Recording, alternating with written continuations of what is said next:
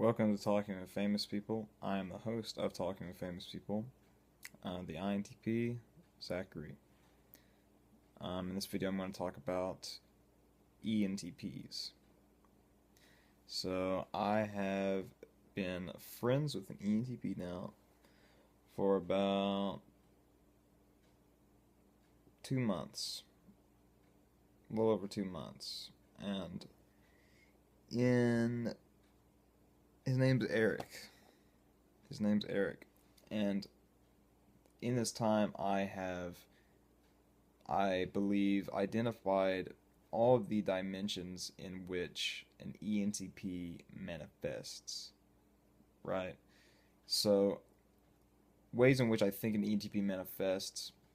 I think there are a few identifying personality vectors, which I will call.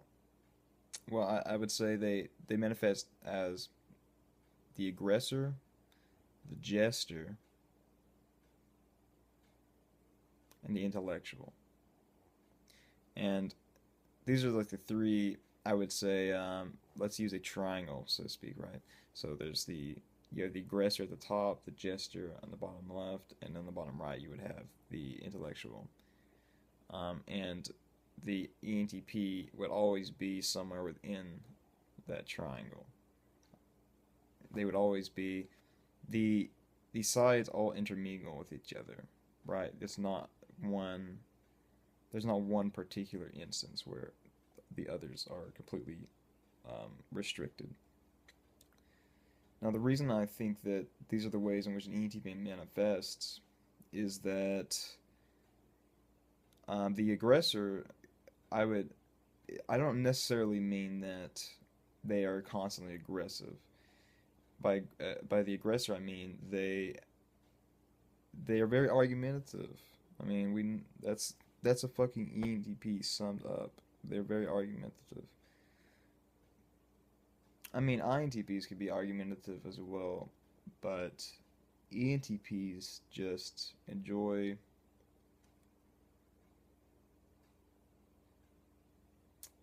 They won't let you go. They won't let you get away with things, right? If you if you say any sort of claim or you make any sort of statement with any clear substance behind it, you will be you will be forced to address it, which I find is very. I like that. It's that's why I like in an individual. I think there was one.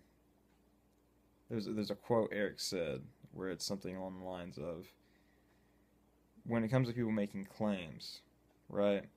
That they put trash on your table, and they can either throw it away, they can pick it up and throw it away, or they can convince you as to why it's beneficial for you to keep the trash on your table.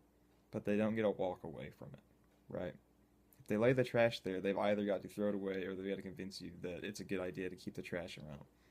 So they're the aggressor in the sense that they will keep you constantly refining your own ideas and your own thoughts by having that reinforcing vector there to uh, help challenge your ideas and your thoughts, your beliefs, stuff like that. So I find it's very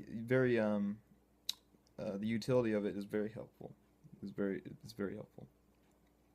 The jester, of course, is I would almost identify as the inferior, or not the inferior, but the tertiary FE manifesting.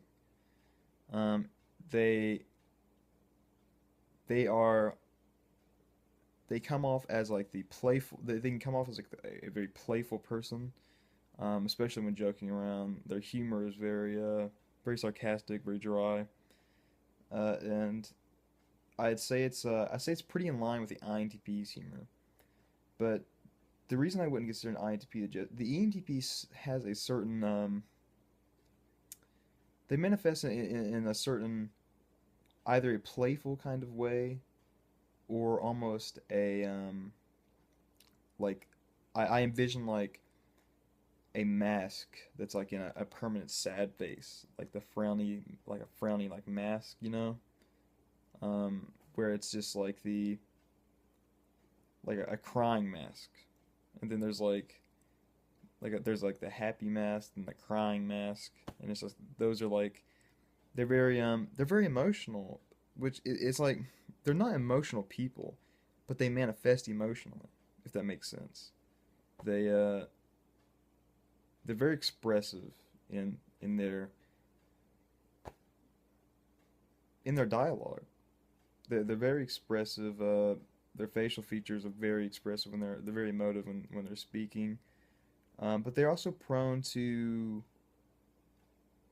Eric told me this one instance where he and his daughter will sometimes they will his daughter's an ENTP as well, and they will like cry like if one of them cries, the other one will cry, and it's like this almost this therapeutic bond, this therapeutic I guess flushing out, so to speak, of the emotions. And I feel it's probably where the FI would be in the seventh slot in the ENTP. So it's kind of like the fuck with you function, right? So that was the aggressor, the jester, and the intellectual. Behind the argumentative, or the playful, or the emotional roller coaster manifesting. I wouldn't say I don't know if I would consider emotional roller coaster. More like FI is tricky with them, right? But behind those things lies a really refined mind, right? It lies an inquisitive mind that has an inclination toward um, intellectual pursuits such as philosophy, politics. They behind their like I said, behind their playful sides, behind their argumentative sides, they're fun people, but behind that, they have substance. They have very critical minds, very critical, very inquisitive, have an inclination toward intellectual pursuits. I feel the INTP and the ENTP complement each other very, very well in interaction because of their they both have an affinity toward those things. The INTP is more reluctant to get involved with their NE, of course, where it being in their second slot. And I feel the ENTP helps the INTP engage their NE more, engage their extrovert intuition, realize the utility and importance of using it. And I think that the INTP helps remind the ENTP of how important their TI is. I mean, ENTPs always use they're always using their TI. It's like their best buddy. But I think the seeing the INTP as a full manifestation of TI, um, and ISTPs as well, such as Patrick. They the ENTP will. I think they see it reminds them, it reinforces why they love their TI so much, right? Because it's like it's so logical. The TI is so logical. But yeah, to sum this up, ENTPs are really interesting individuals, and they have a lot of dimensions in their personality, and they can manifest in um, many different ways. But they're very enjoyable people to be around. I think the INTP and the ENTP make really good friends overall.